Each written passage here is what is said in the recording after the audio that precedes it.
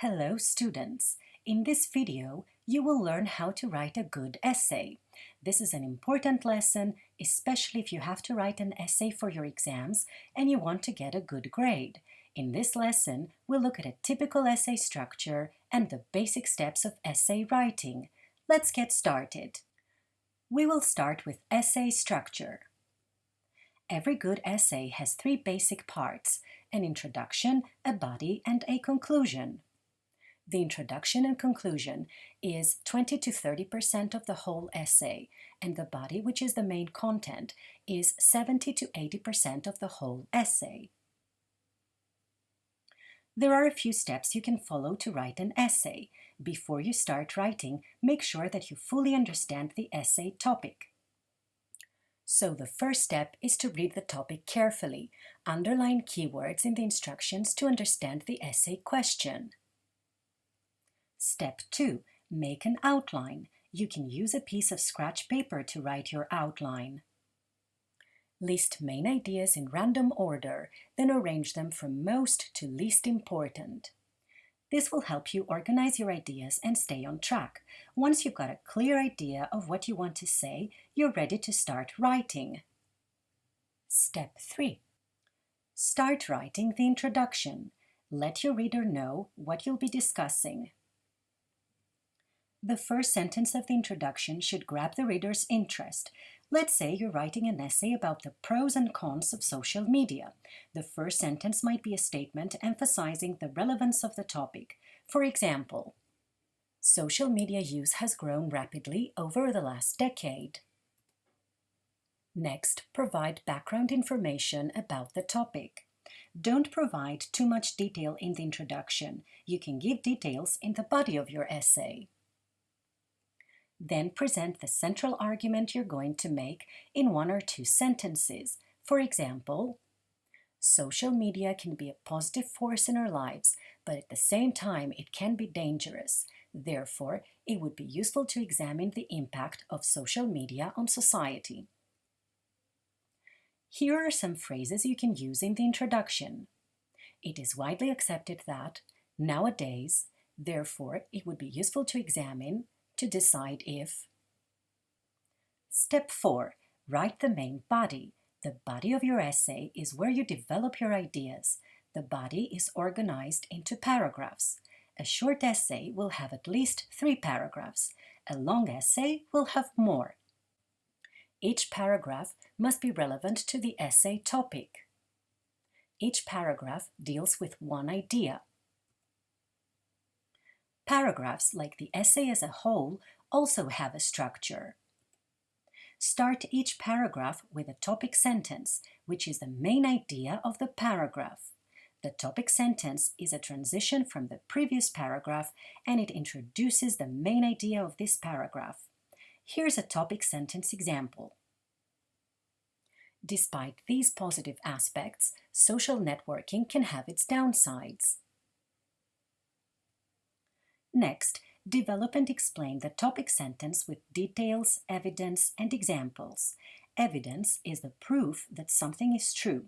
Don't write sentences that are not related to the paragraph's main idea. Finally, you may want to finish the paragraph with a concluding sentence, but this is not always necessary. Here's another way of looking at paragraph structure. The idea, explain, example format is a good way to organize your paragraphs. Start with the main idea of the paragraph, explain it in more detail, then give an example. Idea, explain, example. When should you start a new paragraph? Start a new paragraph when you begin a new idea or point.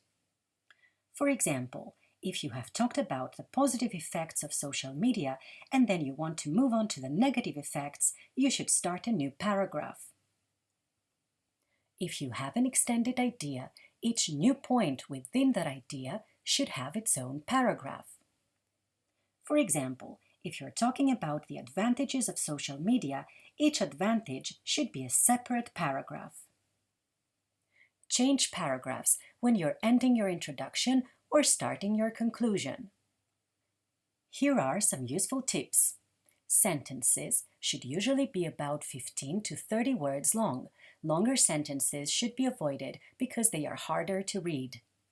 Use a wide range of vocabulary. Use formal language. Don't use contractions such as can't, it's, isn't, etc.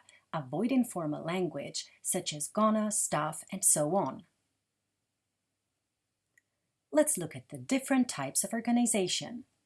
In this type of organization, first discuss your point of view, giving explanations and examples, and then discuss the opposite point of view, giving explanations and examples.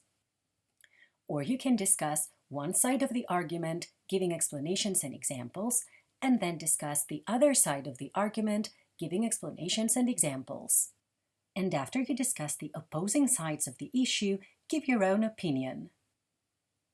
Or you can discuss the advantages, giving explanations and examples, and then discuss the disadvantages, giving explanations and examples. And finally, give your own opinion. All these three types of organization can be used when you're asked to discuss the opposing sides of the issue and give your own opinion. Another type of organization is to discuss the causes of the problem, giving explanations and examples, and give solutions and the expected results. Each idea or point you discuss should be a separate paragraph. Now let's talk about linking words. Use linking words to create connections between sentences, paragraphs, and ideas. To show contrast, use linking words like on the other hand, on the contrary, in contrast, nevertheless, however, although, though, even though, while, whereas, in spite of, despite, but, etc. To talk about advantages and disadvantages, use phrases like there are many advantages to, or in doing something, the most significant advantage or the most significant benefit of is, another advantage is that, another important benefit is that, another positive aspect is, the main disadvantage or the main drawback of is, another negative aspect of, the advantages outweigh the disadvantages. To express opinion, use phrases like, it is widely believed that, some people argue, or some people point out that. To suggest solutions, you can use phrases like, action should be taken to, measure should be taken to, a useful suggestion would be to, the problem could be solved by, another solution is to, one way to deal with a situation or one way to cope with this situation, another way to solve this problem, or another way to overcome this problem.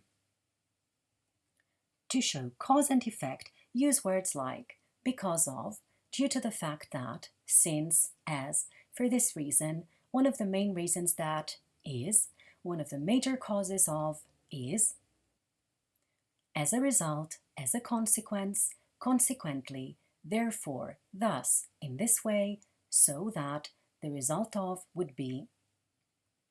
To give an example, use, for example, for instance, such as, like, especially, a typical example of is. To make something clear, use, in other words, that is to say, namely, specifically, more precisely, this means that. To add, use, in addition to this, moreover, furthermore, what is more, as well as, likewise, similarly, in the same way, additionally, apart from, not only but also, both and, besides, also. To show emphasis, use, in fact, it is obvious, especially, primarily, more importantly, most importantly. To sequence your ideas, use, first of all, to begin with, to start with, secondly, next, then, finally, eventually. To conclude, use, taking everything into account, on the whole, overall. After you have written the introduction and the main body, write the conclusion. The conclusion is the final paragraph of your essay. Your topic sentence should rephrase the thesis with fresh and deeper understanding. Don't simply repeat your thesis statement. Your supporting sentences should summarize the main points of your essay, but don't simply repeat things. You can also give your personal opinion or suggest a solution. Your closing sentence is your last word on the subject. Finish with a memorable sentence that leaves the reader with a strong final impression. When you're suggesting solutions, consider the role of the government, education, that is, school or teachers, parents, and the individual. You can begin your conclusion with the following phrases. It is evident that, on the basis of the above observations, it can be argued that. As you become better at writing, you may want to try other phrases. Before handing in your essay, proofread, that is, search for errors in grammar, word usage, spelling, punctuation, etc. Let's look at an essay topic and a sample response. The sample we're going to look at was written in response to the following essay task. Social media has allowed people to connect from around the world. What positive and negative impact might this have? Write an essay addressing this topic and explain what you think about it. So let's take a look at the response. Social media use has grown rapidly over the last decade. Today, most of us use social media such as Facebook, Instagram, Twitter, YouTube, Viber, WhatsApp, Pinterest, and LinkedIn to connect online for all kinds of reasons. Users can access social media from a desktop computer, a laptop, a tablet, or a smartphone. In fact, the increase in the popularity of social media platforms is due to the widespread use of smartphones. Social media can be a positive force in our lives, but at the same time it can be dangerous. Therefore, it would be useful to examine the impact of social media on society. The main advantage of social media is that it allows people to get and stay connected to others by sharing information and other content. Specifically, social media users share information, ideas, news or blog articles, comments, personal messages, details of their lives, photos or videos, memes, GIFs, and other entertaining content. Social media platforms enable people to connect with others who live in different locations, ranging from across a city to across the world. People use social media to build social relationships with other people who share similar interests, activities, backgrounds, or real-life connections. Some social networking services, such as Facebook, are used mainly for socializing with existing friends. Moreover, social media can be an effective communication or marketing tool for companies, enabling them to get increased audiences and greater market share. Businesses can use social media tools for marketing research, communication, sales promotions, discounts, e-commerce, and advertising. For instance, a business can use a social media site to advertise its products or services and attract customers, which can lead to increased sales and profits. Another important benefit is that people can use social media to support causes they believe in. They can take part in political debate and discussion, express their opinion, and raise awareness about an issue or cause. They can also create movements for social change and encourage others to take action and protest. For example, social media users can change their profile picture to show their support for a cause or use hashtags related to a political or social issue. What is more, social media offers free lessons in pretty much anything. For instance, people can watch a how-to tutorial video on YouTube to learn something new.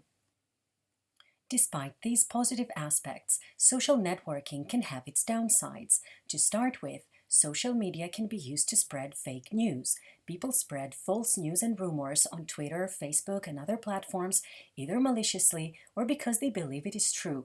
Sometimes it is difficult to distinguish between true and false information. As fake news spreads much faster than real news, it is important to combat the spread of fake information on social media. Another drawback is that some users have become addicted to social media. Due to the effect that it has on the brain, social media is addictive.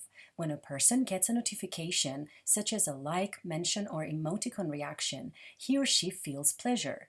Similarly, when a person posts a picture and gets positive comments, the brain receives a reward. Social media use provides continuous rewards, so people end up engaging in the activity more and more. This continuous use eventually leads to many problems, such as ignoring real-life relationships, work or school responsibilities, and physical health.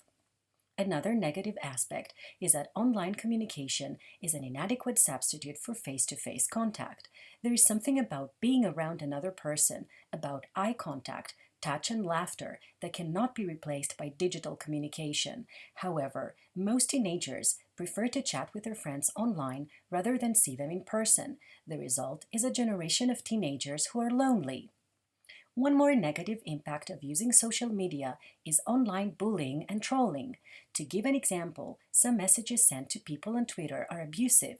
People who write these hurtful messages would never say these mean things to someone's face, and yet they post them on the internet for everyone to read without caring about other people's feelings. Like everything else in life, social media has both negative and positive aspects. It all depends on how we use social media. We can take advantage of all the positive things it can offer, but we have to be careful of falling victim to the dark side of social media. Some people may call it a curse, while others may call it a blessing. Apps may come and go, but social media is here to stay. It has impacted our lives in different ways, and we can no longer imagine a world without social media. In this essay, I have discussed opposing sides of the issue, and I have given my own opinion in the conclusion. I hope this lesson will help you improve your essay writing skills. Thank you for watching.